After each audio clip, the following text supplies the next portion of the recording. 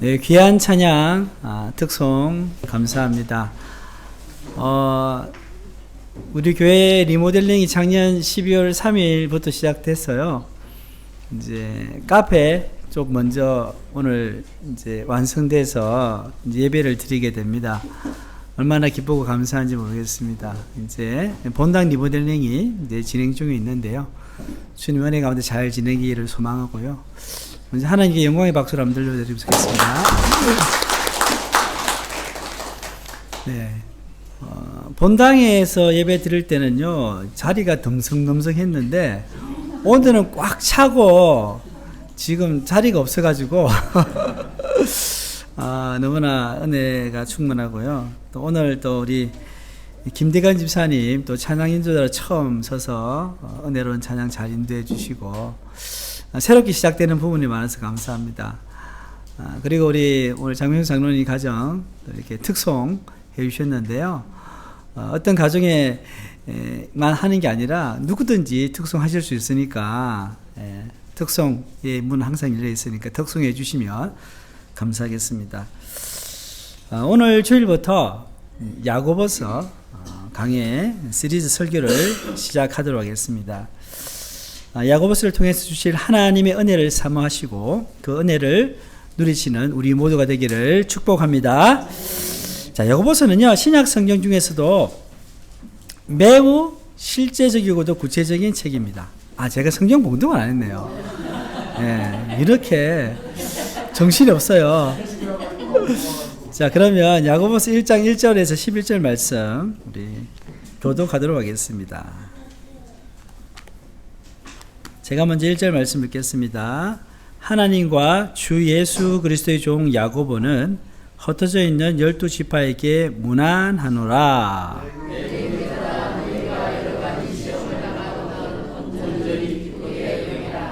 이는 너희 믿음의 시련이 인내를 만들어내는 줄 너희가 알미라.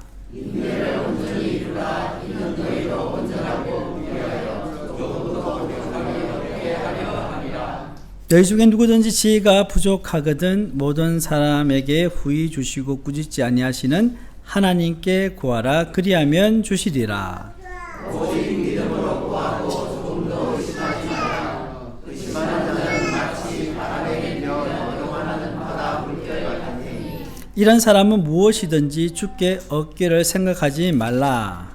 두 마음을 모아 모든 일에 정함이 없는 자보다 낮은 형제는 자기의 높음을 자랑하고 무한한 자는 자기의 낮아짐을 자랑할지니 이는 누가 풀의 꽃과 같이 지나갑니다.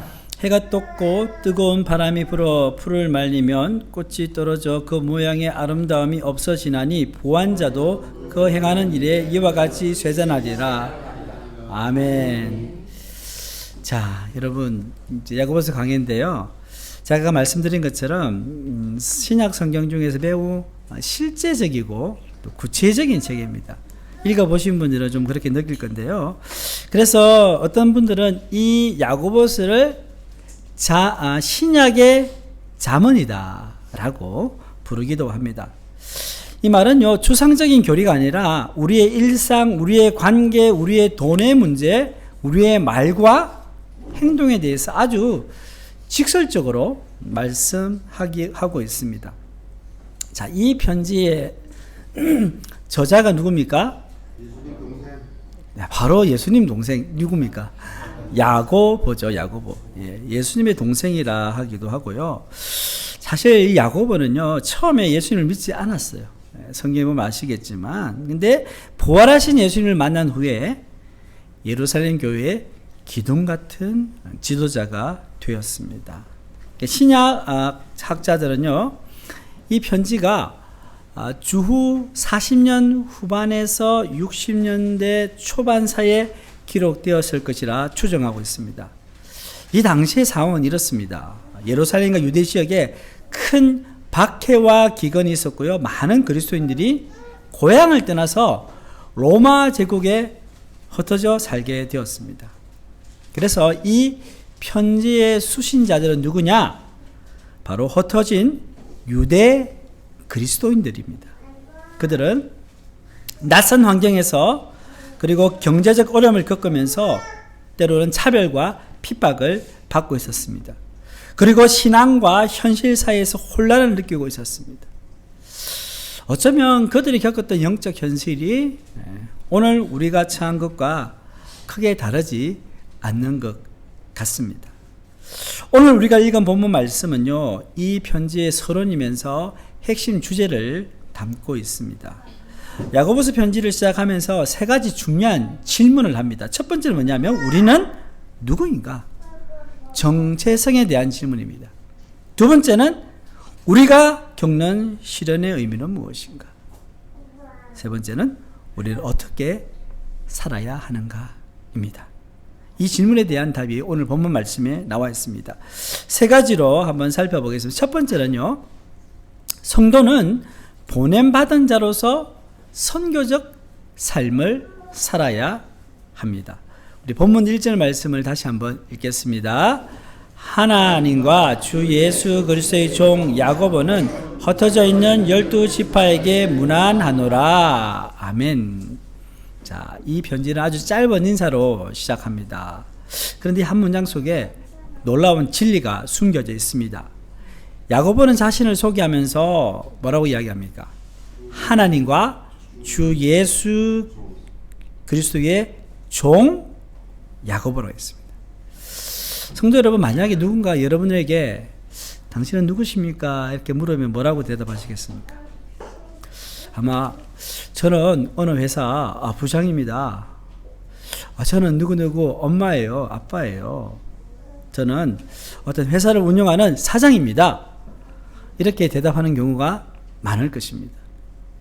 우리는 대부분 우리의 직업이나 가족 안에서의 역할로 자신을 소개하는 경우가 많습니다. 왜냐하면 우리가 세상 속에서 부여받은 이름이기 때문입니다. 그런데 야고보는 달랐습니다. 그는 예수님의 동생이었죠? 나는 예수님의 동생이야. 이렇게 시작할 수 있잖아요. 그리고 예루살렘 교회의 지도자였어요. 오늘날 같으면 예루살렘 교회 담임 목사였어요. 그리고 사도 바울조차도 그를 인정하고 존중했던 인물입니다. 하지만 그는 자신의 혈통도 지위도 업적도 내세우지 않았습니다. 오직 한 가지, 나는 하나님과 주 예수 그리스도의 종입니다 라고 말했습니다.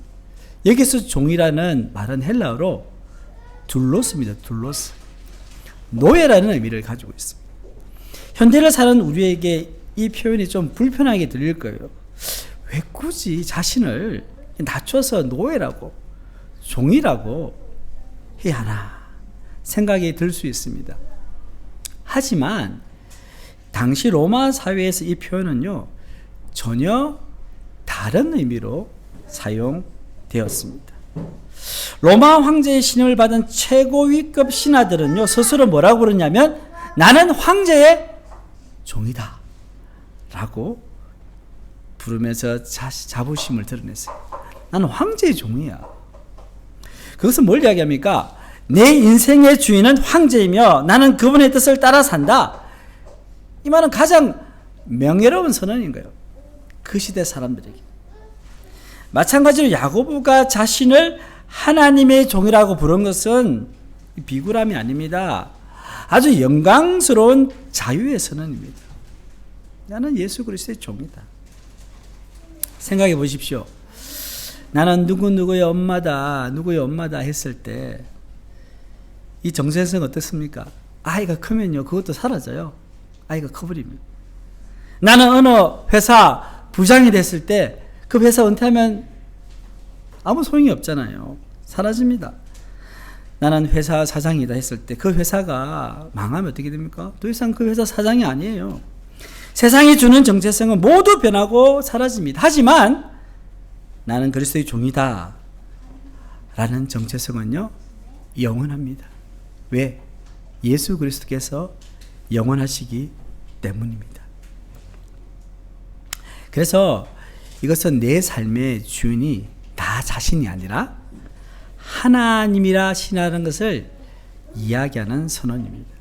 그리고 세상의 성공과 실패, 칭찬과 비난에 흔들리지 않는 어떻게 보면 가장 자유로운 정체성입니다. 어디에 가도 나는 예수 그리스도의 종이라는 것이죠. 그리고 야고보는 이 편지를 흩어져 있는 12지파에게 보낸다고 했습니다. 여러분, 흩어졌다는 말은요, 이게 번역된 건 이 헬라어로 뭐냐면, 여러분 많이 들어보실 거죠. 디아스포라. 이 디아스포라가 흩어졌다 이 말이거든요. 그래서 이 흩어져 있다 이 말은요, 유대인들에게 원래 아픈 단어예요. 디아스포라, 이게 아픈 단어예요. 나라를 잃고 고향을 떠나서 이방 땅에서 떠돌아다니는 서름이 담겨있는 단어가 디아스포라입니다.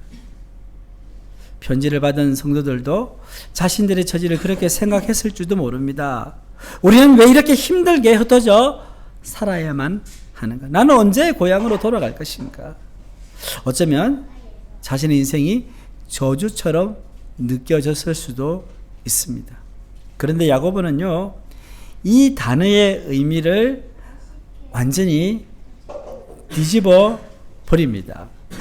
자, 그 흩어짐은요, 더 이상 실패나 저주의 결과로 보지 않습니다. 오히려 하나님의 구원의 계획을 위해 세상 속으로 의도적으로 보내심을 받은 공동체라는 이 선교적 언어로 바꿉니다. 그게 가능한 게 뭐냐면 바로 뒤에 따라오는 단어 12지파입니다. 이 12지파라는 단어가요, 그 선교적 사명을 분명히 하고 있습니다. 왜냐하면 12지파는 구약시대 하나님께서 세상을 구원하시기 위해서 부르신 이스라엘 백성, 하나님 백성을 가르치기 때문입니다. 사랑하는 성도 여러분, 우리도 마찬가지입니다.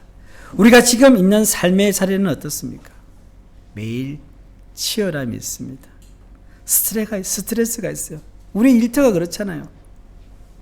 그리고 희로애락이 있는 가정입니다. 우리 가정 생활이 참 즐겁기도 하지만 힘들 때는 굉장히 힘들잖아요. 자녀 때문에도 힘들기도 하고 여러 가지 많은 문제들이 발생합니다. 또한 때로는 불편한 이웃들 때문에 어려움이 있습니다. 관계에 어려움이 있죠. 우리가 처한 삶의 자리는 어쩔 수 없이 내버려진 고난의 장소라 생각할 수 있지만, 그러나 그게 아니에요. 그것들은 사실 하나님이 우리를 보내신 선교지입니다.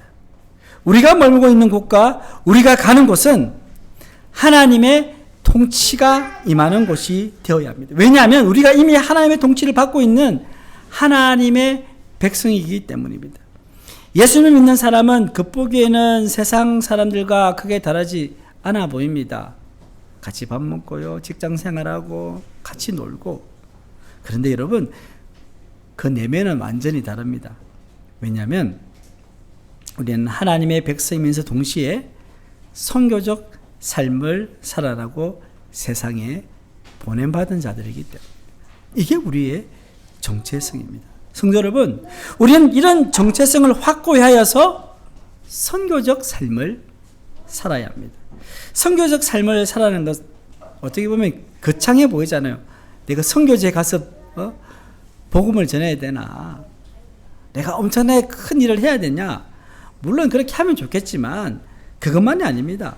오히려 직장에서 정직하게 일하는 것입니다. 가정에서 서로 사랑하고 용서하고 돌보며 살아가는 것입니다.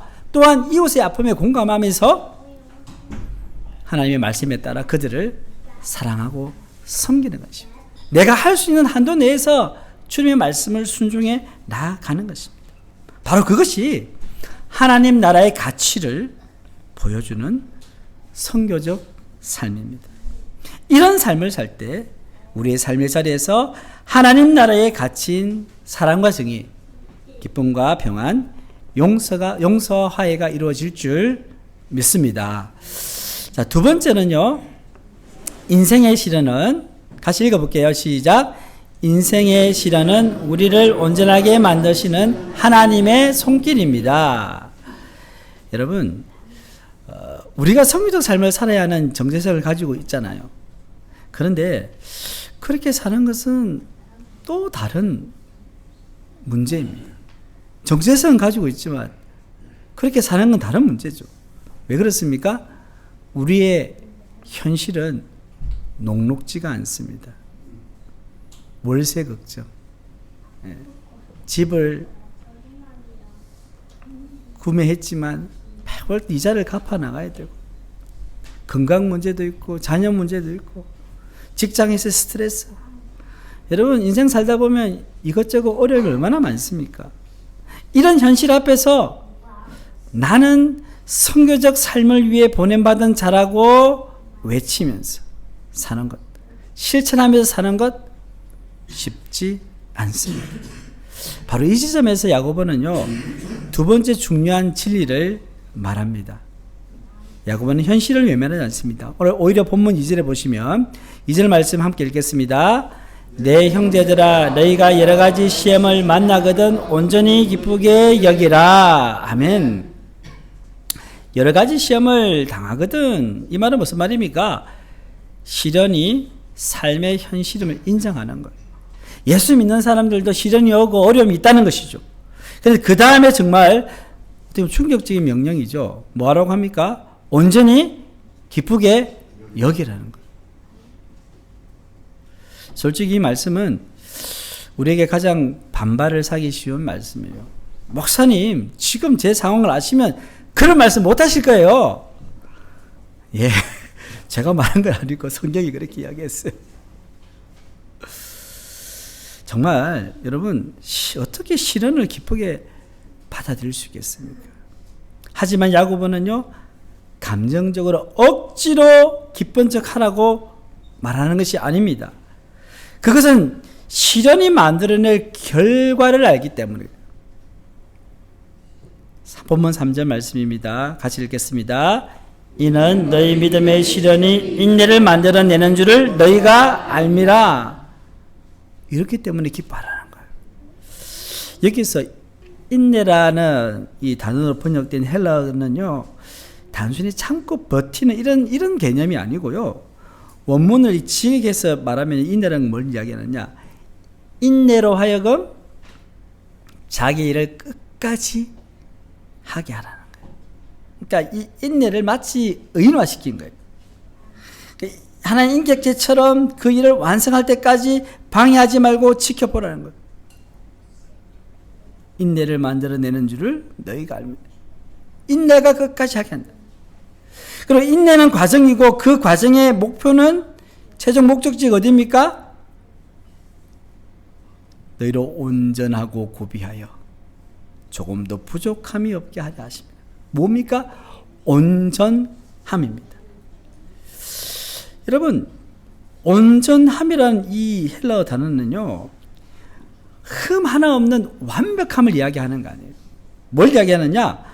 모든 부분이 제자리를 찾아서 조화를 이루는 거예요. 제 자리를 찾아가는 거예요. 그러면서 성숙한 상태를 이루는 거예요. 여러분, 예수 믿는다고 완벽한 사람 되지 않지 않습니까? 그러나 적어도 예수님 믿으면 자기 위치를 찾아가서 그 위치에서 자기의 삶을 살아가는 거예요. 균형을 잡아가는 거예요. 아빠로서 역할을 하고, 엄마로서 역할을 하고, 자녀로서 역할을 하고, 직장에서 자기 위치에서 자기 역할을 잘 해나가는 것, 바로 그것을 이야기합니다. 그래서 이 나뉘었던 마음이 하나가 되는 것, 믿음과 행함이 일치하는 것, 그리고 하나님과 이웃과의 관계가 회복되는 것, 이 모든 것이 바로 온전함입니다. 그래서 시련은 뭐냐? 바로 이 온전함이라는 글짝을 만드는 하나님의 손길과 같다는 것. 한 집사님이 계셨는데요. 이 집사님이 이렇게 사업을 이렇게 하다가 갑자기 어려워져가지고 큰 빚을 지게 되었어요.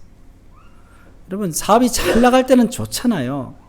그런데 사업하시면 그렇잖아요. 여러 가지 경제적 상황과 때문에 갑자기 어려워질 수 있는 거예요. 그러다가 망하게 되면 큰 빚을 지게 되죠. 처음에는 그 집사님 하나님을 원망했대요. 왜 나에게 이런 일을 생기게 하십니까? 저는요, 11주도 빠뜨리지 않았고요, 주일 성도도 잘했고요, 교회 봉사도 정말로 할 만큼 했는데, 그런 마음이 든다는 거예요. 그런데 그 집사님이 그 시련의 시간을 쫙 통과하면서 마음이 변하기 시작했어요. 이전에는 돈이 있을 때 교회 봉사를 해도 어딘가 우울감이 있는 거예요. 그리고 가난한 사람들을 이렇게 성도들을 보면요. 저 사람은 게을러서 저렇지 않나? 막 그런 생각이 드는 거예요. 막 자기가 너무 잘나 보이는 거예요. 하지만 자신이 가난을 경험하면서요. 가난한 사람들의 아픔이 보이기 시작했다는 거예요. 교만했던 마음이 깨어지고 하나님께 매달릴 수밖에 없는 자신의 연약함을 발견했습니다. 그리고 몇 년의 시간이 지난 후에 빚은 아직 다 갚지 못했지만요. 그분의 얼굴에는 이전에 없었던 평안과 영적 깊이가 생겼습니다. 그분은 이렇게 말했습니다. 그때 그 고통이 없었다면 저는 교만한 사람으로 늙어 갔을 것입니다. 성도 여러분, 시련은 우리의 인생을 파괴하는 것이 아닙니다. 하나님은 신활이라는 용광로를 통해서요, 우리 안에 불순물을 제거하시고 우리를 순금같이 만들어 주십니다. 운동선수 선수를 한번 생각해 보니까요, 여러분, 박지성 선수 아시죠? 사진 한번 보여주십시오. 이 박지성 선수가 한 인터뷰에서요, 자기 발 사진을 딱 보여준 거예요. 화면이 흐려서 잘 안 보이실 것 같은데, 온갖 굳은 살과 상처로 엉망이었어요. 하지만 박지성 선수에게 그 고통스러운 훈련의 과정이 없었다면요, 2개의 심장이라는 영광스러운 별명도 없었을 거예요. 여러분, 2개의 심장이라는 이 별명이 어떻게 나왔냐면요, 박 선수가 영국 맨체스터 유나이티드 시절에요, 경기 내내 쉬지 않고 뛰는 엄청난 활동량을 보여준 거예요. 그러니까 사람들이 와, 어떻게 한 번도 쉬지 않고 저렇게 열심히 뛰냐 라고 하면서 부르쳐준 게 2개의 심장이 가졌구나. 얼마나 맥이 높습니까? 성도 여러분, 지금 여러분이 겪고 있는 시련이 무엇입니까? 그리고 여러분을 괴롭히는 것은 무엇입니까? 여러분, 살다 보면요, 우리를 괴롭히는 것들이 있어요. 그런데 그 모든 것이 우리를 온전하게 만드는 하나님의 손길임을 믿으시기를 바랍니다. 왜 나에게 이런 일이 일어납니까? 탄식할 수 있죠. 그런 탄식에서 하나님, 이 일을 통해 제 안에 어떤 모난 부분을 깎아내고 또 어떤 새로운 모습으로 만들어 주려고 하십니까? 라는 기도로 우리의 생각과 우리의 관점이 전환되어야 합니다. 그래야 할 때 우리는 시련 가운데서도 기뻐할 수 있고 은혜를 누릴 수 있습니다. 마지막 3번째는요, 성도는 두 마음을 품지 말고 하나님의 자녀로서 같이 전복의 삶을 살아야 합니다. 전복하니까 먹는 해산물 전복이 아니고 뒤집어지는 삶이죠. 성도 여러분, 이제 우리의 정체성을 알았어요. 세상에 보내받았잖아요. 시련의 의미도 알았어요. 하나님의 손길이잖아요. 이제 가장 실제적인 질문이 남았습니다. 어떻게 그 고통스러운 과정을 통과할 수 있는가요? 네. 야곱은 아주 명쾌한 대답을 줍니다. 자, 본문 5절 말씀 보겠습니다. 시작. 너희 중에 누구든지 지혜가 부족하거든 모든 사람에게 후기 주시고 꾸짖지 아니하시는 하나님께 구하라. 아멘. 여기서 말하는 지혜는요, 단순한 어떤 어려운 문제를 해결하는 아이디어나 처세술 이런 게 아닙니다. 이것은 뭐냐면요, 하나님의 관점에서 나의 삶과 시련을 해석하고 그 속에서 하나님의 선한 뜻을 분별해서 포기하거나 원망하는 대신에 인내로 반응하는 거예요. 이런 지혜가 바로 하나님께서 주시는 선물입니다. 그리고 야고보는요, 그 지혜와 정반대의 개념으로 의심을 말합니다. 자, 본문 6절 말씀을 읽겠습니다. 오직 믿음으로 구하고 조금도 의심하지 말라. 의심하는 자는 마치 바람에 밀려 요동하는 바다 물결 같으니. 아멘. 자, 본문 8절에서 이런 사람을 뭐라고 이야기하냐면요, 두 마음을 품은 자라고 이야기합니다. 이 두 마음을 이라는 이 헬라어 단어는요, 야고보에서만 나오는 단어인데요. 이 직역하면 두 개의 영혼이에요. 두 개의 영혼. 두 마음이 두 개의 영혼이라는 의미를 가지는데, 여러분 오늘 점심을 뭐 먹을지 고민하는 것. 어제는 내가 짬뽕을 먹었는데 오늘 내가 짜장면을 먹어야 되나. 여러분 직장인들 점심 뭐 먹을 거면 되게 고민이 되잖아요. 그런 단순한 고민이 아니에요. 이것은 뭐냐면요, 심각한데 내 인생의 내비게이션의 목적지를 선택하는 거예요. 그 목적지를 하나님 나라 주소로 찍을 것인지 아니면 세상의 성공으로 찍을 것인지 계속 왔다 갔다 하는 거예요. 그러면서 인생의 자동차는요, 계속 엔진이 돌아가는 거예요. 어디 가지 않고 어디 갈까 계속 고민하면 어떻게 하면 시동 걸어놓고 기름이 자꾸 소모하잖아요. 그렇게 우리가 인생을 소모할 수 있다는 거예요.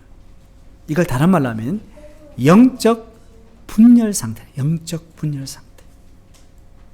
이는 하나님과 세상이라는 두 개의 라디오 주파수에 동시에 맞추는 시도예요. 라디오 주파수 요즘은 뭐 디지털로 되죠. 예전에는 뭡니까? 아날로그 할 때는 돌리잖아요. 기계 그리잖아요. 어떤 주파수를 보면은요, 거의 근접한 방송이 있는데 하나는 멀고 하나는 갖고, 그러면 들똥 말똥 하다가 하면 소리가 잘 안 들려. 잡음이 생겨. 여러분 두 개의 주파수를 잡을 수가 없어요. 하나를 잡을 수 있지. 두 개를 잡으려면 잡음만 들릴 뿐입니다. 그러니까 분열 상태죠. 야고보는 이 두 마음의 상태를 벗어나서 오직 하늘의 지혜를 구하는 믿음이 구체적으로 어떻게 우리에게 다가오는지를 보여줍니다. 그게 뭐냐면 가장 현실적인 문제예요. 부와 가난에 대한 문제입니다. 자, 본문 9절의 11절 말씀을 우리 함께 읽겠습니다. 낮은 형제는 자기의 높음을 자랑하고 부한 자는 자기의 낮아짐을 자랑할지니 해가 돋고 뜨거운 바람이 불어 풀을 말리면 꽃이 떨어져 그 모양의 아름다움이 없어지나니 부한 자도 그 행하는 일에 이와 같이 쇠잔하리라. 아멘. 자, 이 말씀은요, 세상의 가치를 완전히 뒤집는 가치 전복의 메시지라 할 수 있습니다. 세상의 관점에서 이 가난한 성도, 이게 낮은 형제라는 가난한 성도를 이야기하는데, 가난한 성도는 어떻습니까? 무시와 동정의 대상입니다. 가난한 사람들은 동정받기도 하지만 무시도 당해요. 하지만 하늘의 지혜로 보면 그들은 그리스도 안에서 하나님의 자녀가 되었고 하나님 나라를 상속받은 높은 신분을 가진 사람들이라는 거예요. 하나님의 자녀라는 거예요. 이 세상이 아무리 가난하고 힘들고요, 약하고 병들어도요, 하나님의 관점에서 보면 우리는 다 하나님의 아들이요 하나님의 딸이에요. 가장 높은 자들. 그러므로 그들은 자신의 가난 때문에 위축될 것이 아니라 하나님 안에서 얻은 영적인 존귀함을 기뻐하고 자랑하는 것입니다. 반대로 부유한 성도, 세상에서는 성공의 상징입니다. 하지만 그들은 자신의 낮아짐을 자랑해야 합니다. 왜냐하면 그들의 부와 명예는 뜨거운 태양빛 아래 검게 시들어버리는 덜풀처럼 일시적이고 덧없기 때문에 그렇습니다. 그러므로 그들은 자신이 가진 모든 것이 잠시 맡은 것임을 인정하고 그것을 의지하지 않고 오직 하나님 앞에서 겸손해야 한다는 말씀입니다. 많이 가져 있지만 늘 하나님 앞에서 저는 다 주님께서 주신 겁니다. 제가 한 것은 아무것도 없습니다. 라고 겸손한 것, 낮아짐을 자랑한 것입니다. 성도 여러분, 우리 모두는 이처럼 가치 전복의 삶을 살도록 부름받았습니다. 가난 때문에 더 이상 위축될 필요도 없고요, 부유함 때문에 교만할 이유도 없습니다. 우리의 가치는 통장 잔고가 아니라 하나님께 속한 자녀라는 정체성에서 나옵니다. 이것이 두 마음을 품지 않고 하늘의 지혜로 사는 삶입니다. 내 정체성이 중요한 것입니다. 사랑하는 포항샘물교회 성도 여러분, 우리의 삶, 우리가 겪는 시련, 그리고 그 시련을 믿음으로 이기는 우리의 모습이 절망 속에 사는 누군가의 희망의 편지가 될 수 있습니다. 우리는 세상에 흩어져 살아가고 있지만 우리는 하나님으로부터 보냄받은 자들입니다. 누구로부터 보냄받았다고요? 하나님으로부터 보냄받은 자죠. 우리는 시련을 겪고 있지만 우리는 온전함을 향해 가고 있습니다. 고난이 있고 어려움이 있지만요, 온전함을 향해 가고 있는 거예요. 우리는 연약하지만 하늘의 지혜를 구하는 믿음이 있습니다. 우리에게 놓여있는 영적 여정은 쉽지 않습니다. 때로는 너무 힘들어서 포기하고 싶을 때도 있을 것입니다. 하지만 기억하시길 바랍니다. 인내로 하여금 자기 일을 끝까지 하게 하십시오. 여러분, 하나님께서 우리 안에 사랑을 주시고 성령을 주셔서 인내하게 하시는 겁니다. 그 끝에 우리는 온전하고 구비하여 조금도 부족함이 없는 사람으로 자라나게 될 것입니다. 그리고 그때 우리는 하나님 우리를 빚으신 이유를 알게 될 것입니다. 지금 고통당하고 어려움 당하는 것 다 알 수가 없어요. 그러나 마침내 하나님께서 알게 해주신다는 말씀입니다. 이런 은혜가 오늘 이 자리에 계신 모든 성도님들 가운데 있기를 주님의 이름으로 축원합니다. 아멘. 하나님 아버지 감사합니다. 오늘 말씀을 통하여서 우리의 인생, 우리의 삶을 다시 돌아봅니다.